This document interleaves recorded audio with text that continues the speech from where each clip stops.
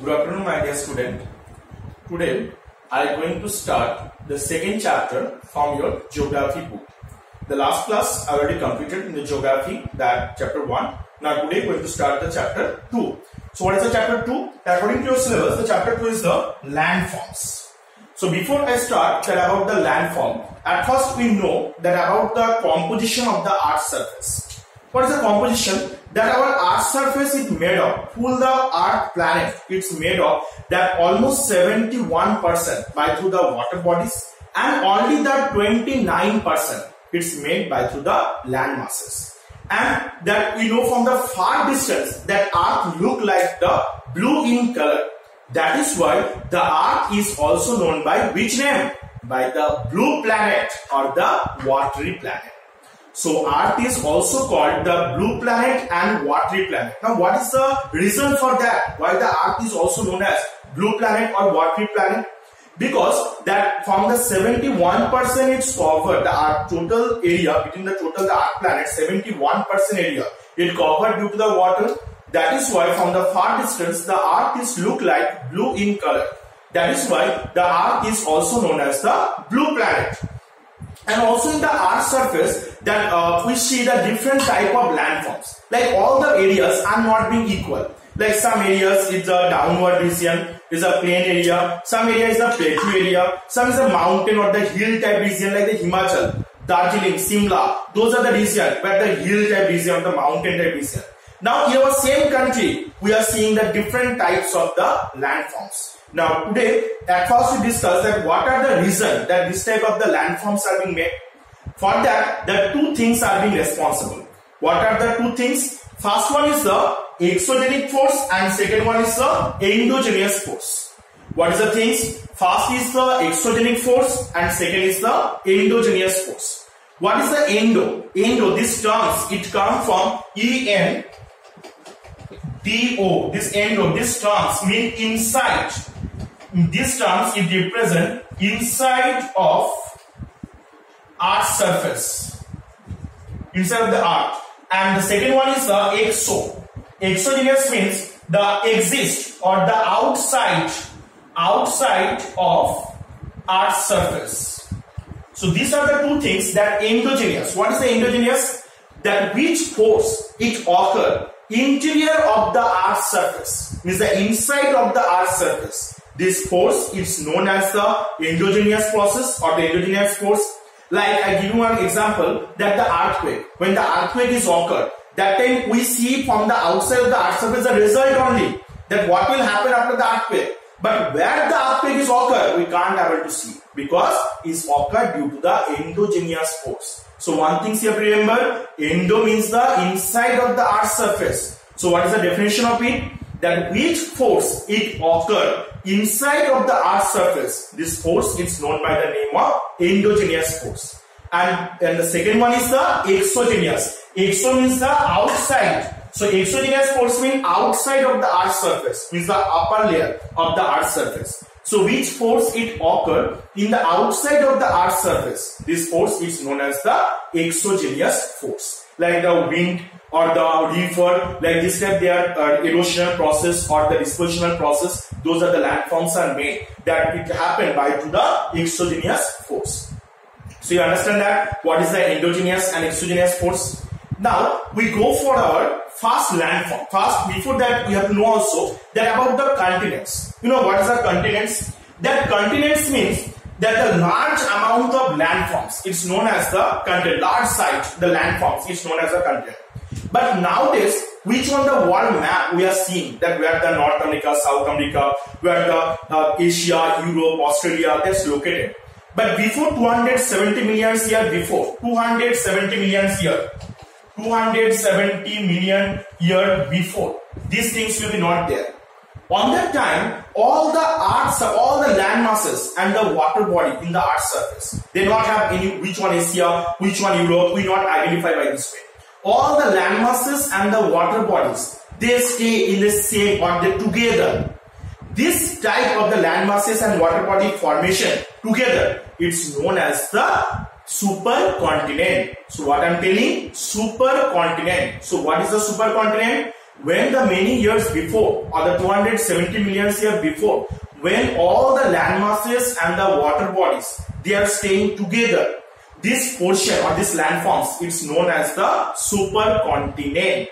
Now in this supercontinent, all the land masses only, they are known by the name of Pangaea. What is the name? Pangaea. And what are those? Are the water bodies are being present on the region. They are known by the name of Panthalassa. So what is the Pangaea? All the landforms that are present inside the supercontinent.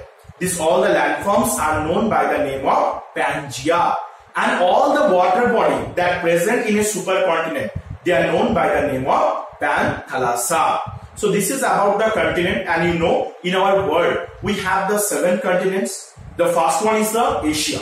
The Asia is the largest continent according to the population and size. From both the sides, Asia is the largest one. And inside Asia, 2 main populated countries that where we are living in our country, India and China. These 2 are the very 2 populated countries that maintain the world population. The most of the peoples are living in the world in this continent only. And the second one is the Africa. So this region, the Africa also is the largest continent. And in this region, this region is a specialty of Africa that in this continent, there are 3 latitudinal lines: the equator, Tropic of Cancer, and Tropic of Capricorn. There's 3 latitudinal lines that pass through in this continent. And the third is the North America. The North America is located in the northern hemisphere. And this North America, this is the third largest country in the world. And this in the world. And this continent, it's also that are known as the lake continent. You know what is known? Lake continent. Why? Because of 5 great lakes it located in the North America. What their names? Like Mississippi, Huron, Erie, Ontario. These are the Superior. These are the 5 lakes are located in North America. That is why North America is also known as the lake continent. And the next one is the South America. South America is also located in the southern hemisphere. And South America famous for the largest things like the world largest river, Amazon River, world largest dense forest, Amazon forest. These all are located in South America. And the next is about the Europe. Europe is also the largest continent, one of the largest continent on the world also. And Europe is most of the famous countries because the Europe climatic condition is very nice. And those are the very popular famous countries are located in Europe. And the last is the Australia. That Australia is a very important one. That is the southernmost country in the world. And in one side, Australia is known country, and another side, Australia is known continent also. Now in Australia, that is this portion, the most of the portion of Australia is covered by the desert region. Okay. Now, so these are the different continents. Now today we'll start first that about the landforms. You know what are the landforms? That about the first one is a mountain. Now I'm going to discuss about the different types of mountain. What are the types of mountain? The first one is a fold mountain. So what is mountain first? Mountain means those are the land masses, their heights from the sea level more than 600 meter above. Those are the land masses, their height from the sea level. This one is the sea level. This one is the sea level from here 600 meter above. This type any land masses, that is called the mountain. So what is mountain? That those land masses, their height more than 600 meter from the sea level. It's known as the mountain. Now mountain are 4 types. What are the 4 types? First is given fold mountain, second is the block mountain, third is the volcanic mountain, and fourth is the residual mountain. So first, what is the fold mountain? That which mountain that form due to the tectonic force. Which mountains are formed due to the tectonic force or the movements of plates, and they make the fold-like structure. Means already I discussed it while I am teaching the first chapter. That time this type of the landform. This type of the landform at first, but afterward due to the tectonic force, when they make the fold-like structure, this type mountain is known as the fold mountain. And these 4 mountains are very important features that they have 2 things. That this one is the anticline, that we already know this one, and this one is the syncline. So these are the 2 important features of this mountain.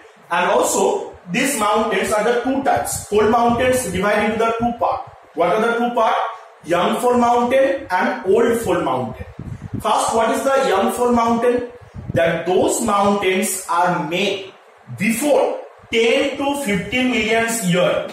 Those fold mountains are made before 10 to 15 million years. This type of the fold mountains are known as the young fold mountain. This type of fold mountain is known as the young fold mountain, and which fold mountains are made from 200 to 250 million years before. This type of fold mountains are known as old fold mountain. And the young fold mountain, the example is Himalaya mountain, and old fold mountain, the example is the Aravalli mountain. So this is about the two parts of the fold mountain. Again I repeat, fold mountains are divided into the two parts. First one is the young fold mountain, second one is the old fold mountain. What is the young fold mountain? Which mountain or the which fold mountains are formed due to 10 to 15 million years before. This type fold mountains are known as young fold mountain, and those fold mountains are made before 200 to 250 million years. This type of fold mountains are known as the old fold mountain. Now the second is block mountain. What is a block mountain? That when the earthquake is occurred, that time few portion of the earth surface, like the earthquake when it occurred, these are the land masses, that when the earthquake is occurred, that time few portion of the earth surface goes upward and few portion it being downward. So this upward portion of the earth surface, it's known as the block mountain. So what is the name? That which portion due to the earthquake, that which part of the earth surface goes upward, that is and the few portion goes downward. The upward portion of the earth surface is called block mountain, and downward portion it's known as the Rift Valley. This downward portion is known by the name of Rift Valley. Now this block mountain is also important for us because here the example of the block mountains are the in the Black Forest, Satpura, these are the Vindhyas, these are the example of block mountain. Now the third one is the volcanic mountain. What is the volcanic mountain? That which mountains are formed due to the volcanic eruption. Means when the volcanic magma and lava they start to come out due to the volcanic eruption. That time these are all stored in one place. And while they are being cooled down, they make the triangular type shape or the triangular type landform. These type landforms are known as mountains, ever triangular type landforms are known as the volcanic mountain. So what is the volcanic mountain? That when the volcanic magma and lava they start to erupt from the volcano, that time all the magmas they are stored inside over the earth surface and they cool down and they form the triangular type shape. And this type shape in the landform is known as the volcanic mountain. And the example of volcanic mountain like the Mount Fujiyama, Kilimanjaro, these are the example of volcanic mountain. Now the last is residual mountain. What is residual mountain? That which mountains are formed due to the erosional process. Which mountains are formed due to the erosional process. This type mountain are known as the residual mountain. Again I repeat it.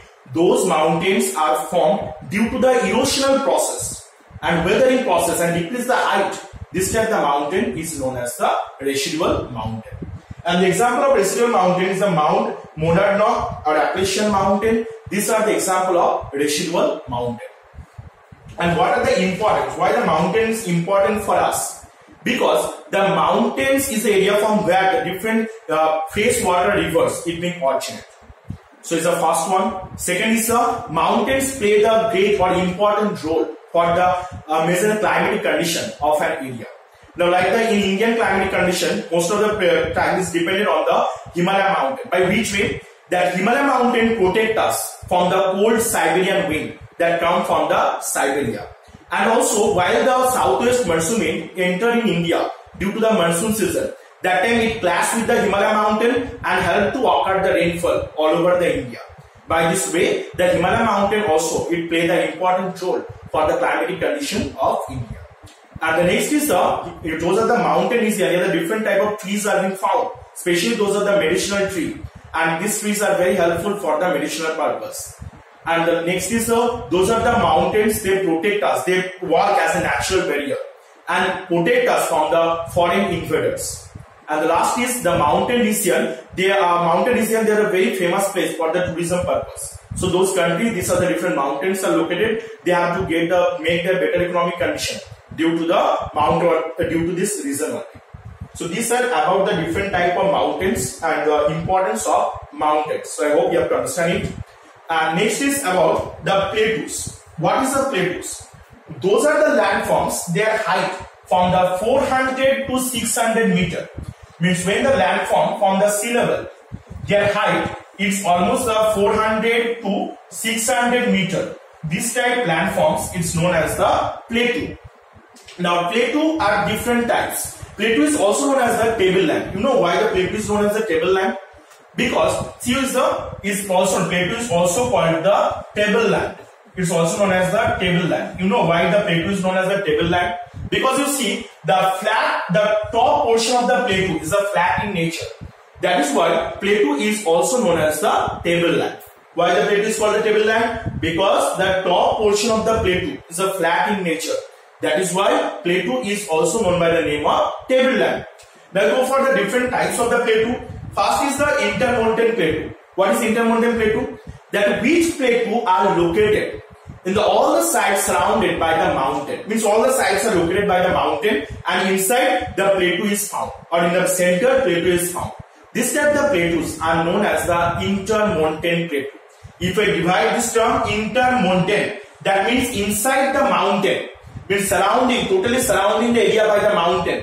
Now between this, which plateau is found?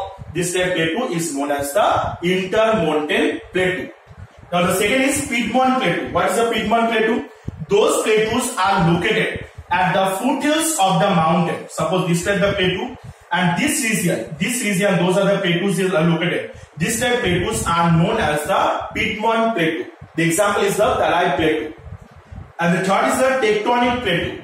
Which plateaus are formed due to the movement of tectonic plates? It's known as the tectonic plateau. And the last is a dissected plateau. That those are the plateaus are formed due to the deep erosion of river and cut into the deep river valleys. Which plateaus are formed due to the erosional process of a river. This type plateaus are known as dissected plateau. What is a dissected plateau? Those are the plateaus are cut through the river erosional process. This type plateaus are known as dissected plateau. And the example of the dissected plateau is the Tibet plateau. And the next is a volcanic plateau. And those are the plateaus are made due to the volcanic eruption of volcanic lava and magma. This type plateaus are known as the volcanic plateau. What is a volcanic plateau? Those plateaus are made through the volcanic lava and magma. This type plateaus are known as the volcanic plateau. The example is the Deccan plateau. And the one more thing, the example of Deccan plateau. The Deccan plateau is one of the example in India of the volcanic plateau also. And the world highest plateau, that is the Tibet plateau. Its Tibet plateau is also known by the name of Roof of the World. What is the name? Roof of the World. You know why it's called the Roof of the World? Tibet plateau. Which plateau? Is the Tibet plateau. It's also known as the Roof of the World. What is the reason? Because this plateau is located from the sea level 5,000 meter above. 5,000 meter above. That is why this Tibet plateau is also known as the Roof of the World. Again I repeat, Tibet plateau is also known Roof of the World. Now what is the reason? Because Tibet plateau is located from the sea level 5,000 meter above. That is why Tibet plateau is also known as the Roof of the World. Now the last is importance of the plateau. What is the importance? Because you know the plateau area, it's generally filled up with the minerals. So different type of minerals are found in the plateau region. The second is in the plateau area, those are the portion. Here lots of those are the industries and the factories they have established. And the plateau region, the many waterfalls it being found. And the last in the plateau portion, there is also the places for the visit for the tourism purpose. So these are the different importance for the plateaus. So I hope you have to understand this all the points. And once you have to, after seeing the video, once you read your books, it will be clear for you. And so next day we will discuss about the more landforms. Thank you.